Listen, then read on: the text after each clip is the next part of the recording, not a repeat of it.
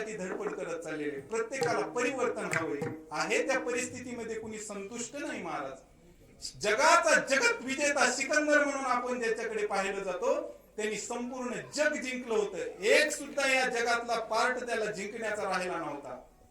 जग जिंकलं होतं, परंतु ज्यावेळेस शेवटच्या घटका तो मोजत होता ना, त्यावेळेस त्यांना काही श्वास त्याच्या जीवनामध्ये शिल्लक राहिली होती, काही श्वास.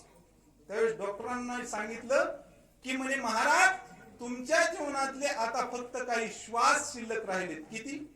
फक्त श्वास शिल्लक राहिलेत. त्यांनी सांगितलं माझी आई परदेशामध्ये आहे, ती आई येऊपर्यंत मला काहीतरी श्वास शिल्लक द्या, काही वाढून द्या श्वास. त्यांनी सांगितलं एकही श्वास देता येणार नाही. सिकंदराने सांगितलं माझं जिंकलेलं अर्ध राज्य तुम्हाला देतो, फक्त मला काही आई येऊपर्यंत माझे श्वास वाढवा. त्यांनी सांगितलं पूर्ण राज्य जरी दिलं तरी तुम्हाला एक सुद्धा श्वास दिला जाणार नाही. तुकोबरायचं एक प्रमाण आहे पहा, मेरुतुल्य पृथ्वी दिदल्या सुवर्ण न मिळे एक क्षण नरदेह. एक क्षण सुद्धा तुम्हाला पृथ्वीचं मोल जरी एवढं सुवर्ण दिलं तरी तुम्हाला एक जीवनातला एक श्वास देखील एक्स्ट्रा भेटणार नाही. त्यावेळी सिकंदराच्या मुखातले उद्गार आहेत.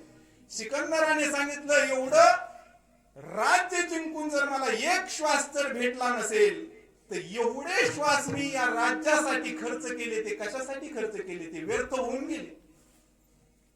म्हणून माणसाच्या जीवनामध्ये माणूस मरणाच्या काळामध्ये रडतो, तो मृत्यू आला म्हणून रडत नाही. जगलेलं जीवन आपण व्यर्थ केलं म्हणून माणसं रडत असतात.